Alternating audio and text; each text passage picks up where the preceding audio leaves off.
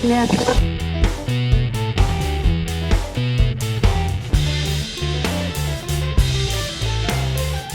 right, folks, welcome to episode 4 of the Creative Hustlers podcast. Today I'm going to be speaking with Tyson Rogers. Pitchfork magazine once described artist Tyson Rogers as a wayfaring keyboard wrangler, a career spanning avant-garde jazz, American song traditions with Tony Joe White and Don Williams, including a Grammy-nominated duet with Alison Krauss, experimental indie rock with Chris Stamey and Yo La Tengo, bluegrass with Allison Brown, extensive Nashville studio work, and a decade-long collaboration with spoken word artist David Greenberger. His original music has earned 2 Best Albums of the Year selections from Downbeat, along with film and television placements for National Geographic, The North Face, and the Tokyo Olympics. He has composed and appeared in a documentary that recently premiered at the South by Southwest Film Festival. Tyson Rogers, thanks for being here. Welcome to the pod. Good to be here. Heck yeah. So how goes it? Goes good. Yeah? It's good to see you at school, like I see you every day. But it's good to, we sit down and chat like this because we never have time to, talk about career stuff and talk about ourselves to our classes. So I think it's a great opportunity. Talk about it. And full disclosure, it's my class that's been doing part of this podcast. Yeah. So it's fun to be actually on the podcast now. Heck yeah. Well, welcome. Thanks for taking the time. As we just mentioned, you teach songwriting class, you teach music audio production 1, computer music applications 1 and 2. Specifically about the songwriting class, tell me about that class, because that's kind of a loose, defined term of songwriting, and what does that class That's been a really cover? fun class. It's become a really popular one too. It's incredibly rigorous. They have to write a song every day. So by the end of the semester, they've written 100 songs. Wow. It's my class that teaches... Like they write a song every day? Every day. Of the week? Yes. So by the end of the semester, they've written 100 songs? 100 songs. Wow. Man, I better get my stuff together because I don't write that many songs anymore. It's about it's unofficially, in my mind, about finishing things. So the question I get the most from students is, I have this loop or I have this idea and I don't know how to turn it into a full-fledged song and finish it, or I don't know how to finish things. So I have a loose narrative on sort of what I think each class is about, and the kind of the unofficial narrative of songwriting is how to finish music and be done with it and get to that point. And you learn to do it because you have to finish. If you need 100 songs, you got to write a song a day. You got to learn how to finish. So, yeah. What are some of the tools and processes that you kind of teach them to finish a song? How do you coach that? Quantity over quality. Which when I was really struggling also with finishing things at one point in my life, and I was talking to Derek Sivers, who owned CD Baby, and he said quantity over quality, and it went against everything I stand for as a musician and a composer. I was like, there's no way, what are you talking about? I really want to have, I want to make sure everything I put out is the best. But I had just gone through a period where I had an album and I worked on, it was about 12 tracks long, and every day I would sort of work on a song from that record, and then the next day I would work on the next song, and it would just cycle around. And then a year later I was so sick of the project that it never came out. So I spent a whole year working on all this music. And it's just every time I got back to a song that I hadn't finished, it was like I'd think of more things to add to it, and I was adding all these things and all these extra layers and taking stuff out, and I really should have just struck while the iron was hot and just knocked him out. So he tells me that, and I was kind of offended, and then he was like, just try it for a little while, and I did, and it was remarkable, because I would stop working and I would try to get through the process as quickly as possible and just knock them out. And I would find upon listening back that there was more of that initial spark, and I hadn't ruined it. Mm-hmm. And I got really good at just writing fast. So the quantity over quality is about writing quantity of music, not writing like 5 songs and spending the next 5 years perfecting those 5 songs and improving them and redoing them. It's more of just like produce a lot of material and trust your instincts, your gut reaction with like the production of it. You know, you come up with ideas, use them, but don't like dwell on it for, months and years and never release it. Is that, am I following that? Because you never have that initial spark back. You think it's going to come back tomorrow. Like you're in the middle of something and you're like, I'm going to finish this tomorrow. Yeah. And when you come to it tomorrow, you're like a completely different person. Yeah. Yeah, I find it that like I get burned out on the music that I'm kind of writing and recording through the process of writing it and recording. It's fun to write it. It's fun to rehearse it and kind of like play it live. And then it's like, okay, let's go to the studio. Okay, we're tracking it. Cool, that's fun. And then I end up self-mixing and self-mastering and producing and kind of doing everything in the post side of things.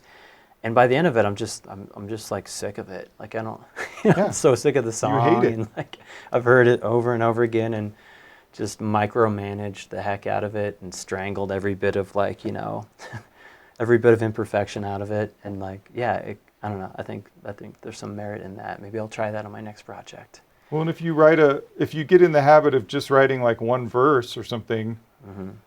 and you allow yourself to do that, it just gets stuck there. Whereas if you get in the habit of finishing a song through a song form, then your ideas start coming to you with the full song.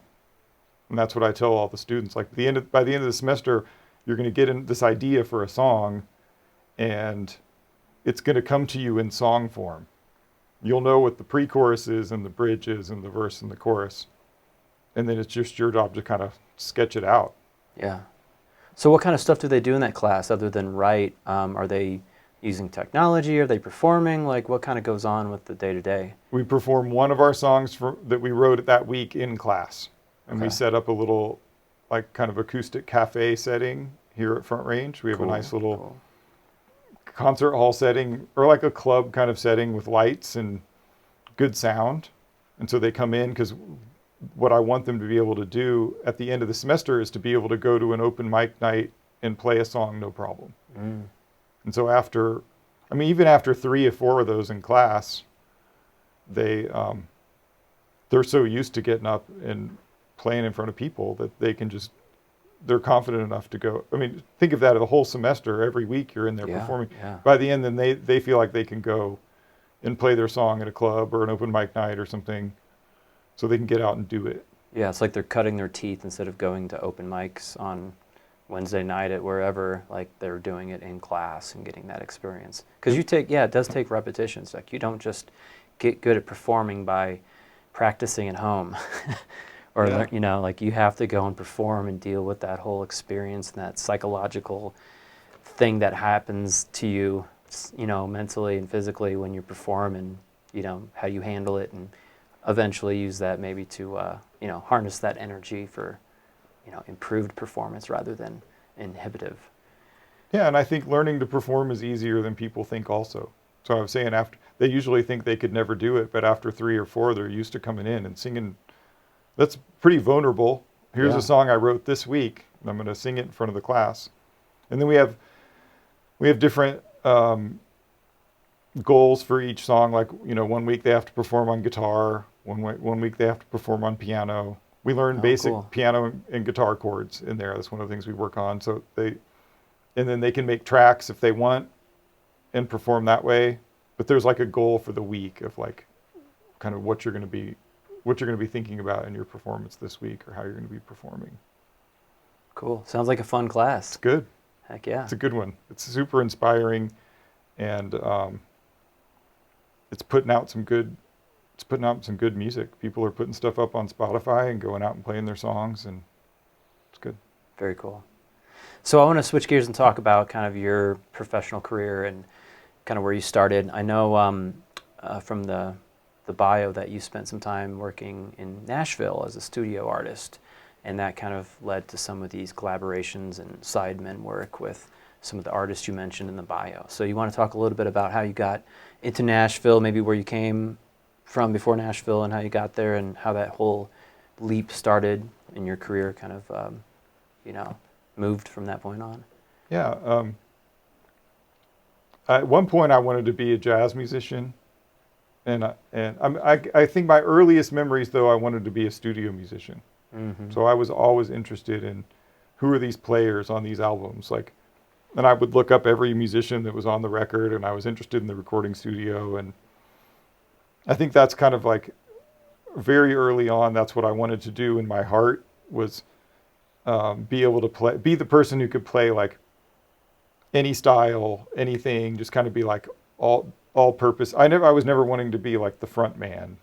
Mm-hmm. But I liked the idea of being able to be a musician that could do all these different things.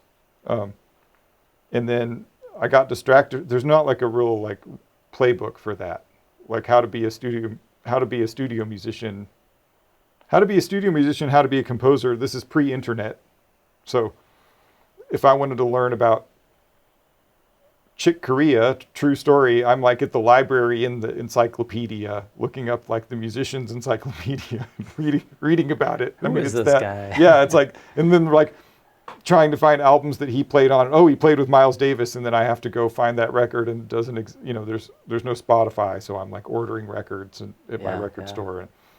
But so there wasn't like a playbook on how you start working as a studio musician, or really how you start working as a composer, because I was interested in that too. But I liked jazz music, kind of really inspired me, and I really thought I was going to be a jazz musician, and then I sort of gravitated towards like more experimental kind of avant-garde jazz, and I did I had a really good career going with that stuff. It was, releasing music and producing records and playing with some of my heroes, and that was really fun. Was that all in Nashville? I was pre-Nashville. Okay. So, and I was in Boston for a while, and North Carolina for a while, and trying stuff. But eventually, I started getting I started working in studios to record the jazz stuff, and I would meet an engineer or producer, and they'd have me come back and play on other records they were working on and that sort of thing. And so I ended up working a lot with this producer, Chris Stamey, who was in the bio, and he mixed some of my jazz records, and then he kind of got me to play on some of his stuff that he was recording, and that became my first time like working as a studio musician. That was more in like kind of like an Americana sound, and I loved it. And so from that point, then if I was thinking, if I had like 10 Chris Stameys in my life, 10 different producers that hired me, this could be really fun, and I could make a really good living doing this kind of studio work thing. So that prompted the move to Nashville. Gotcha. And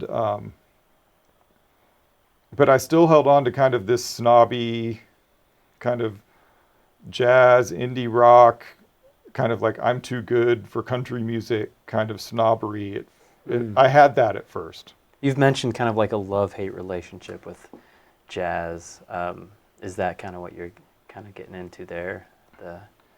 I mean, it's sort of what I'm talking about. The jazz thing, I just never found like really my style in jazz. Mm-hmm. And I really don't like that jazz has become this like repertoire-based music. We've talked about this. I keep saying I'm going to get my repertoire up over the break. I say this every time. Christmas break, I was like, I'm going to get my repertoire back up, and then we're going to do some gigs, and I just never do. It really makes me angry that I have to know 200 jazz standards, whereas like if you were in Miles's band, I mean, they played like 8 songs or something. Yeah, they'd write 8 sonons and play those on the tour or something. That's kind of, it's like a rock band would. Yeah.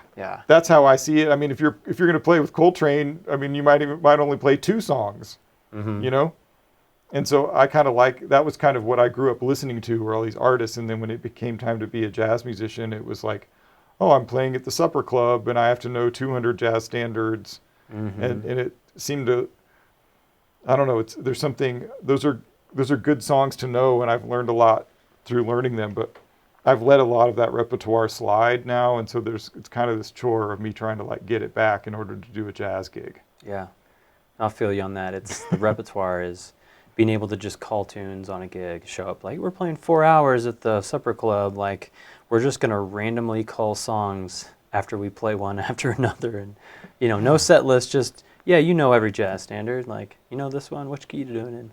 So yeah, it's kind of a lot, but also like that's not just all jazz. That's like jazz wallpaper music at like a wedding or a corporate event. Like if you're like really getting after it as a jazz musician, you're writing original music and you're playing your record on tour. It's not any different than a rock band or a pop ensemble of some sort. So it's just less popular.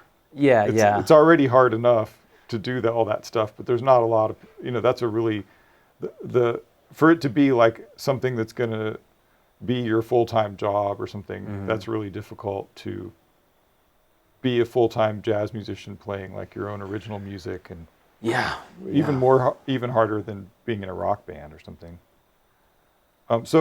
But I did have this kind of like, I thought that I was like I thought that I was a better musician. Like I knew jazz music. I thought, that I just wasn't in the best mindset to accept playing country music full time.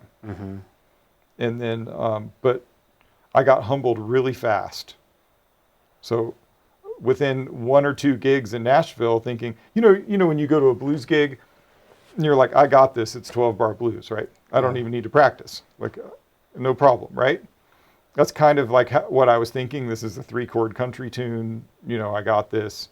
And I just had no idea, like the musicianship. I think Nashville has the best musicians on the planet. And the musicianship level that everyone has to be able to play, accompany all the country and pop and folk and rock musicians there, it was just on a different level that had never seen before. And so very quickly, I realized that I had a lot to learn, and kind of got down to business. And it was like being back at square one again. What kind of stuff did you need to work on, kind of once you got there and had that rude awakening? I think really understanding the song, really understanding what my purpose there is there. What can I play that's going to really serve this song? And how is this record going to be made? I had this idea that I would come in and play, I would come into the studio and the producer would tell me what to play and I would play it. That's what I thought that meant. And in reality, what that meant was, on my first session, so I got to Nashville on Friday night. I went to the local bar. It's called the Family Wash. It was this incredible place where kind of all the local musicians hung out. It was one of the most inspiring scenes that I've ever been in my life. And I met Ken Coomer, who was the drummer for Wilco, and he hired me for a session the next morning to play on a singer-songwriter record when he was working. Like your first night there? First night there. Wow. And they move fast in Nashville, huh? I was like, They're I hustling. hit the ground running, right? and I got there and we listened to the track down. It was like the song, the person had written a song and they had played piano and sang, and they wanted someone else to sort of redo the piano part because, she was playing sort of arranger piano. She had it figured out, the chords and stuff, but they wanted somebody like a smoother, kind of more like Sarah McLachlan kind of piano part or something. Gotcha. So I'm hanging in the studio and we listen to the song down. I'm like, great. And then the producer was like, all right, let's cut it. And I wasn't handed any sheet music or a chord chart or anything. I was just expected to have like learned it just from listening to the one run through. So I was like, I still thought they were going to hand me sheet music, but I mean, no one ever handed me sheet music on a jazz gig, but I could get a chord chart or something. Yeah. And so I was just, and I was like, is this how everyone does it?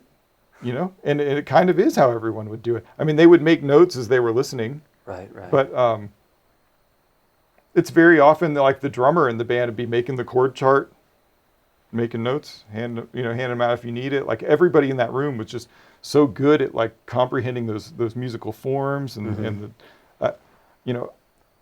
and all the little like specific small things that go into making a song work. All the little hits that you do, and you do a push here and kind of arrangement being clued into those things. I think I was in like a more like improv mindset, but really all the details in a tune, I was kind of overlooking those at first. There's kind of a vocabulary with that Nashville kind of sound, style of recording and making records, right? Kind of like there's things that you hear in a lot of different albums and sort of cues and my ear would just gloss over them. It would just be sort of I'd just say kind of, I just think there's some kind of country feel here, but then that was actually a part that they really wanted me to play it exactly as it was or something, depending on the artist. That happened with Don Williams several times. There would be something in the song that I would think is just kind of just a standard country fill, and then that would actually be a part that everybody was expecting to hear. Like that was a melody that everybody was expecting to have. And you got to play it. You got to play it. So just get kind of, I guess, going from complete improv mindset to really hearing like all those details on a record and what makes the song really work and how what you play serves the song, and knowing what. So to go back to that story, no one would ever tell me what to play. So it would be more like everybody you'd hear the song and maybe you'd made some notes of your own. And then, as a keyboard player, I've got a wide arsenal. Like, am I playing B3? Am I playing Rhodes? Am I playing piano? What am I doing? And it wasn't always clear. It wasn't like you're playing, there wasn't a reference track. Like you're going to try to play some organ like this or something. It was my job to be the producer, really. Yeah. And so being able to hear a singer-songwriter sing their song, and then kind of look around the room and see who's playing with me, and make some notes, and then kind of know like what are the sounds and timbres and things that I think I could bring to this, that serve the song, but still kind of sound like me in some way, and try to just fit what everybody else is doing. So that was kind of like being a studio musician was sort of a course in really being like a producer and how songs are made, because I was doing that trial by fire, and it didn't always work. I mean, I'd try something and the producer would, we're in an age where our heroes are still alive and playing, right? Like John Scofield still exists. So you're not going to be a better version of John Scofield, in the probably not. It's like, so it's like there's one of the great piano players, Pig Robbins. There was one session where I was trying to get this part right, and the producer was like, "Yeah, you can go home. I'm going to have Pig come and play this." And you can't really blame yourself. Like, no one's going to play that better than the guy who invented that style. Yeah. But you were constantly in a state of figuring out sort of what you can do that is your own voice, and what you can do that like honors the tradition, and then just trying to do the best you can. And those guys have it down. There's a whole numbering system for Nashville. Everything's numbers, reading number charts. Anyway, so, took me about a year probably to kind of get an idea of what was happening, and kind of not be shocked. I was shocked at every session for a long time, and every gig and everything else, of like, just didn't really know what I would be expected to do next. It could almost be anything. But I eventually got it. And so back to the snobbery thing, at some point I had friends that were calling me up like, what are you doing? Like, you're playing this music that, so I was playing with Oh, his name was in the bio. I think we just took it out. But the Han Bennick is my favorite Dutch drummer. I had a moment where I was playing in Las Vegas at a tailgating convention, like showing off all the latest inventions in tailgating technology. So like Tailgating as in like go to a football game and tailgate? yeah, so like technology. like coolers that you could ride around as a car and have speakers in it. Yeah, just all this stuff. This thing was in Vegas, and I was playing with Randy Houser, who's this great singer, and he wrote the song, or he was co-writer on the song "Honky Tonk Badonkadonk." Mm-hmm. And so I'm playing like in one weekend, I was playing in Vegas with the guy who wrote "Honky Tonk Badonkadonk," and then flying to Boston and playing my original jazz music with Han, and I really thought that was the greatest thing ever. Like I thought that was a peak of my achievement level, but I had a lot of friends who were like questioning like what I was doing. I mean, that was kind of embarrassing. I'm playing this high level, Mm-hmm. Serious jazz on the one hand, and then I'm playing like, country music that seemed almost like beneath me or something. That was kind of the conversations I was having with my jazz friends, Mm. But through that year of work, I had like a new respect for kind of learning how to play my instrument, and it took away, like I was no longer asking myself the question of whether I like this song or not. It was like that wasn't even something that came up in my head. I would hear a song and I would know exactly what I could do Mm-hmm. to like really make that song pop. Yeah, it's very selfless, because I feel like jazz is fun to play. I love it. But it's like all about, your solo and your expression of the melody and all this kind of stuff. It's very like, look at me.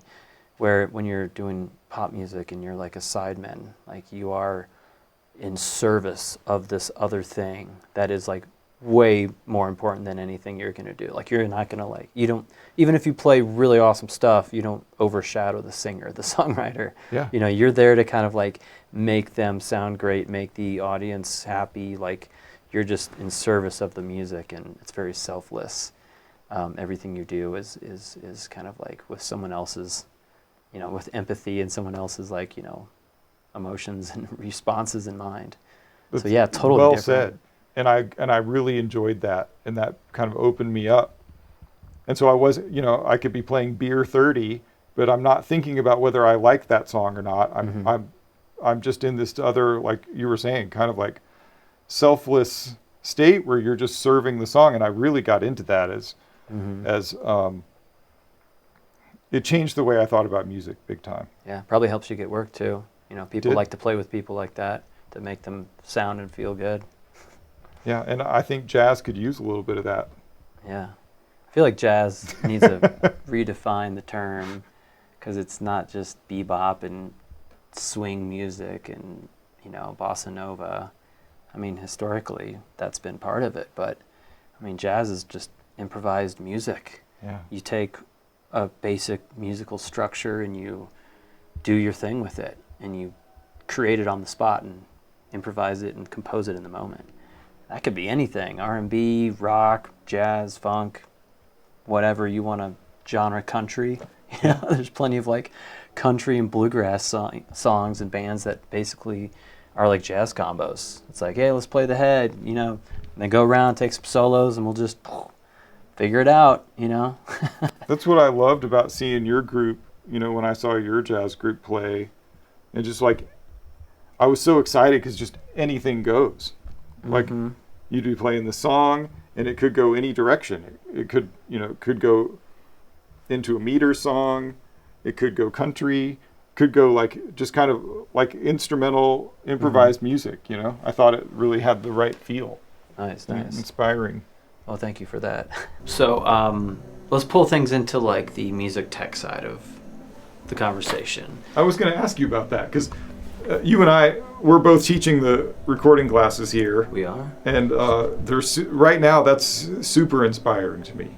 Like, that's one of the most exciting things that I'm doing is getting to see what we can accomplish with the students here at Front Range. We've got a lot of good technology that we get to work with, and Fun toys. yeah, get to set the students loose on them, and they're making like inspiring music every day in here. They are. But we don't get to talk about, even though we're teaching the classes, we don't actually get to compare notes that often on sort of what we're doing here. It would be fun to talk about it. Yeah. How did you get started teaching music production? Well, I was always interested in it. I did home recording stuff myself and recorded my music and my bands, kind of very DIY in the early 2000s with like, Mbox, Pro Tools, early kind of setups like that. I went to grad school. I went back and got a doctorate. I was teaching here at Front Range for a few years, doing like the music appreciation, and actually first taught songwriting for a few semesters, and that class incorporated some technology. We had the computer lab at the old building, and we had like GarageBand on the computers, so we would use GarageBand to write songs and stuff like that. After I went to USC, I learned a lot of like music production stuff out there. I was kind of like I had like electives that I could choose to do as my degree. So besides the studio jazz guitar performance degree, I was able to do like music education, music technology, and film scoring. And I took classes on audio mixing, audio mastering, Ableton Live classes, kind of film score, composition and arranging classes and all that kind of stuff. So I really got I got schooled a lot on, the music technology stuff through the USC curriculum. And then when I came back here, the recording arts program had just started like a year before. They had moved into this building that had, this facility. And so I started kind of piloting the music audio production courses and the computer music applications course. And I really framed it off of my educational experience at USC. I mean, really, I just took the curriculum and the things I learned and some of the projects and activities, and I kind of just like repackaged it within the learning outcomes of those courses that we had sort of, prescribed to us here. Okay. And it's evolved over, 7 years or so. What is it, 2000? Yeah, 9 years since I came back, 2017. So it's evolved quite a bit, and it's really centered on like the computer music applications course is like the in-the-box music production, MIDI, making beats, drum machines, like sequencers and synthesizers and all that, while the music audio production is kind of the studio recording lane. Because I'm trying to think like what do folks want to learn here? What type of student do we see? And what skills do they need to do what they're going to do? Because you got folks that just want to like create music and just be creative and do whatever genre it is, but they want to make their own music. We probably don't have a band of instruments to play or work with, so the in-the-box stuff, the MIDI, is really a great tool. And then there's folks that want to record or get into like industry kind of stuff, whether it's live sound or studio recording, or just recording their bands for fun, or just to save money on starting out as a musician with a band. So that's what the music audio production lane is, and then the live sound. So those were kind of like the original OG like 3 types of courses, and they covered like the live sound, and they covered the studio recording, and they covered the in-the-box recording and producing music with Ableton Live. This is good because this is exactly how I think of the classes too. So I usually say like in computer music applications, we call it CMA. That's you are the artist in that class. In music audio production, we call it MAP. You're the engineer. You're recording artists.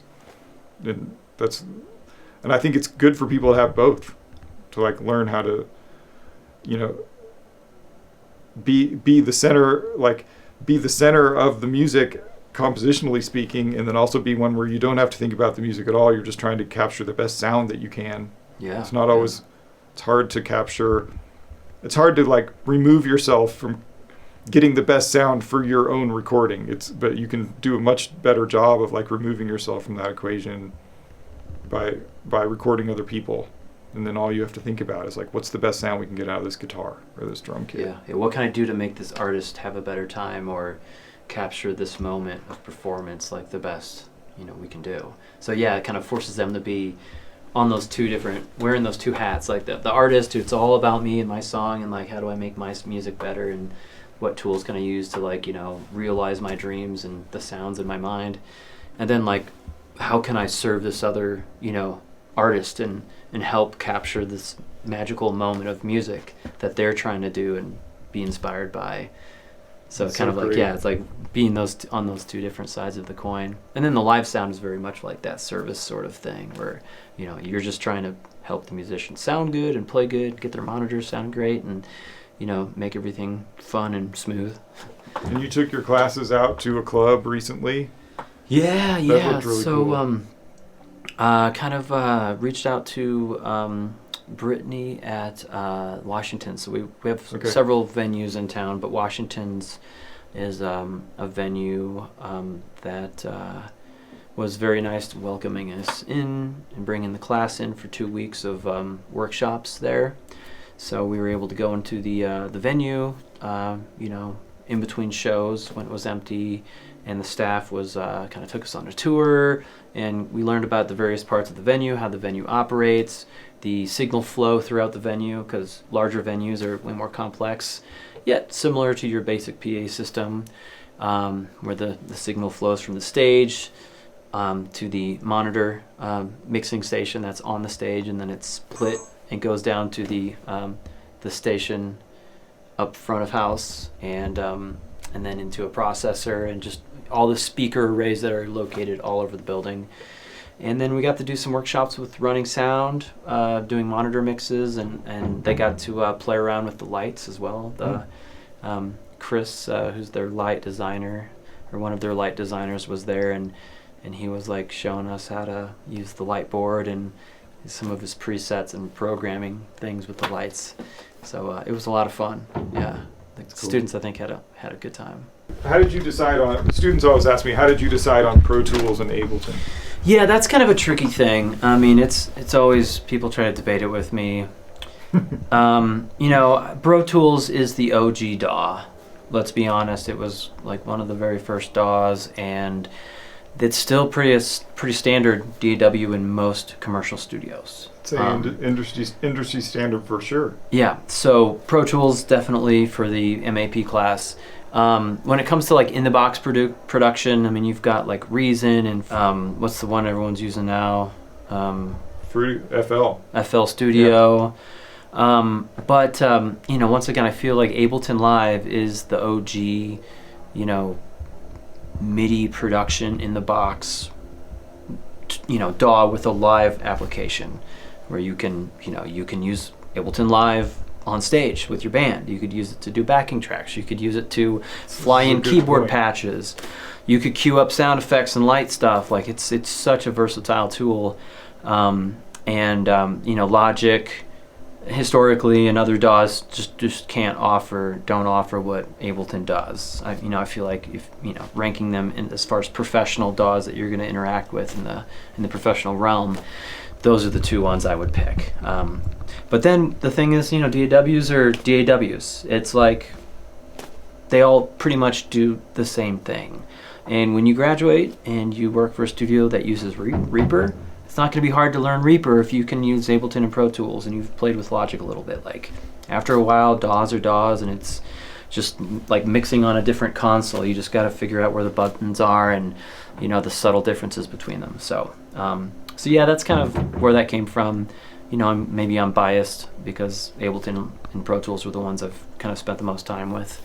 But you got to pick one for the teaching of the class, and then you try to make it the most kind of sort of pervasive one that people are going to interact with out there. And I feel like those two DAWs are the probably most pervasive ones. Well, I mean, we started doing live performances in CMA2, and that was really easy in Ableton. Mm-hmm. It wouldn't be as easy in others. Like it's set up that way. So that was a good point where you were saying about how you can use it as a DAW to record in, but you can also use it as something on stage to perform with. Yeah. It's pretty great. Yeah, it's great. If I was a keyboard player, I'd probably just have Ableton up there with a MIDI controller. Yeah. And just flying in like whatever crazy synth sounds I cooked up at home, and sound effects. Yeah. I think one of the things that's exciting to me about this program is I feel like there's jobs out there for people in this field. Yeah. I mean, like there's hard to find jobs in general, especially in creative work. But like we need people running sound in venues. Like AI can't do totally. that. You know, like we need people, actual physical people, running sound and lights, and don't you think? Yeah, no, I agree. And that's been, I've heard that a lot from musicians and venues where it's like, yeah, it's hard to find a good sound engineer. Like the wedding band I used to work with, their sound engineers kind of, left the scene with them, and they're trying to find somebody else who's like, yeah, would you play these like 15 weddings with us, pay this much money? Like, it's just like, we need somebody to run sound. Venues are always hiring people, stagehands. A lot of our students get out and they work at, Washington's. We have several students who are working for Washington's, the event center at the Embassy Suites. Right. And a lot of folks are just doing their own little hustles. Like people make money off of, doing YouTube channels and content creation and just self-promotion for their band and their creative endeavors. Film has been a big thing. That's kind of a recent thing we've started kind of diving into. Like the podcast, we've got cameras and, audio equipment for film and TV, recording that we've invested in, and we're using it as much as we can and creating, situations where students get to, apply it in a real life situation, like recording this podcast. And this boom mic right here, it's like, we're trying to make it legit. But yeah, it's there's no just like cut and dry. You go and you do this and you work for this company and you do this job. It's not like that. The pathways are just so broad and different for everybody that I think having a kind of an experiential, very kind of fluid type of curriculum that we have, because we're always pivoting, right? Like we change our curriculum every single semester. Oh, we got the Neve, so all of a sudden we're recording on the Neve console every week and learning how to patch in reverbs and compressors, and now we're doing this podcast and we've got boom operators and camera equipment and lavalier mics, and like, how do we mix that into the DAW and how we record that and do the post-production. It's just like we're always doing different things and growing, and I think that mindset, that growth mindset of just being always like a lifelong learner and curious about technology and playing around with it and using it to be creative, and then that creates opportunities, I think, for our students down the road. I mean, it's one thing. I mean, all the information is on YouTube. Yeah, you can get all of it. Honestly, that's where I learn a lot of everything. Students ask me that all the time. Just like, let me watch a YouTube video on this. Yeah, can I learn this on the internet? I'm like, yes, you can. Yeah, but you're probably not going to go mic up a drum set in your house and have someone like, look at your work and listen to it and give you help suggestions. Curate the information that you're picking through and help create learning and situations and activities that push you to kind of discover this stuff on your own. People ask me for, do you know anybody who can, run sound for the show or video or any? I mean, I got students. Like, I was like, I know exactly who you can hire. They're doing it right now. Yeah. Yeah, one of them's editing this podcast probably as we speak. Last question for today is... For me? Yeah, for you. I kind of turned the tables on you, but I've been wanting to talk about this stuff, and students ask me all the time. What are future goals for the program? Like, what would you like this program to look like in 10 years or something? Yeah, one of the ideas that I'm working on is developing like a light design component to the curriculum. Whether I have to be sneaky and insert that into the curriculum of another class, because creating a new course is just a crazy bureaucratic 3-year process. I want to invest in some lighting equipment, some light boards, and just start learning how to do light design so that students can like go work at a venue, because there's just nowhere to learn that. Like, you can't just go to light school and let me play with the DMX light rig at this venue all week. Like, you don't get to do. Well, I was talking to Chris at Washington's, and he was just like, yeah, I just taught myself for 8 years. I was a sound engineer, and then I started playing with the light rig that was sitting next to me, and now I'm like running lights for Red Rocks and who's he? He's on tour with somebody right now. But yeah, it's just like you just teach yourself this stuff, and having access to the equipment. Like, I didn't know how to use a Neve console until we got one, and then I taught myself how to use it. Now I'm teaching the students how to use it, and then they get to play with it and learn it. And then when they get out of here, they can be like, yeah, I've mixed on a large format Neve console. Like, I know how to patch things in and work in the analog studio flow environment and all that kind of stuff. So part of it's just having the gear. So the lighting thing is really kind of on the horizon. I like that idea. I think that's the other good. thing is, and once again, this is kind of stealing from USC where I went to college, but they have a really big popular music program. So it's like a music program, where you would study classical or jazz, and that's it. Kind of your usual track of like performers, right? You want to learn how to play guitar, so you study jazz guitar or classical guitar. Like, those are the two lanes. Get in line, So for all the students, people that want to like get better at playing pop songs and whatever, making beats or whatever your genre thing is, I would like to develop like a popular music associates and maybe even like a recording arts bachelor's down the road. If we're talking 10 years, like what the heck, like let's do it. It takes like 3 years to kind of build that stuff and get it all okayed, so we could do that in 10. But yeah, for the students that just want to work on performance, we have our ensembles. We have a lot of interest in that. We have a lot of interest in students that want to write music and learn how to record their music, for their own personal, performance artist sort of endeavors. We have great faculty. Like, everyone who works here has like, tons of experience and music degrees and killing players. I'm just humbled by every time we do like a faculty concert. It's like, geez, like everyone's a freaking monster here. Like, yeah.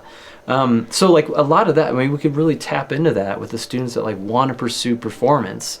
We don't really have that. We have our kind of music associates, which, it still does that, but maybe skewing that to have like a popular music specific branding, which helps us kind of like free ourselves from the shackles of like, what is it, classical or is it jazz? Is it classical or jazz? Like, no. Okay. How about bluegrass? How about hip hop and rap? Like, let's teach folks how to make better beats and rap better and produce better songs, rather than just leaving them out to the wolves and capitalist society to figure it out on YouTube. Like, you can teach that stuff and create, an environment that's sort of diverse and welcoming to like everybody to study whatever kind of music and grow here. So that's what I see in the future.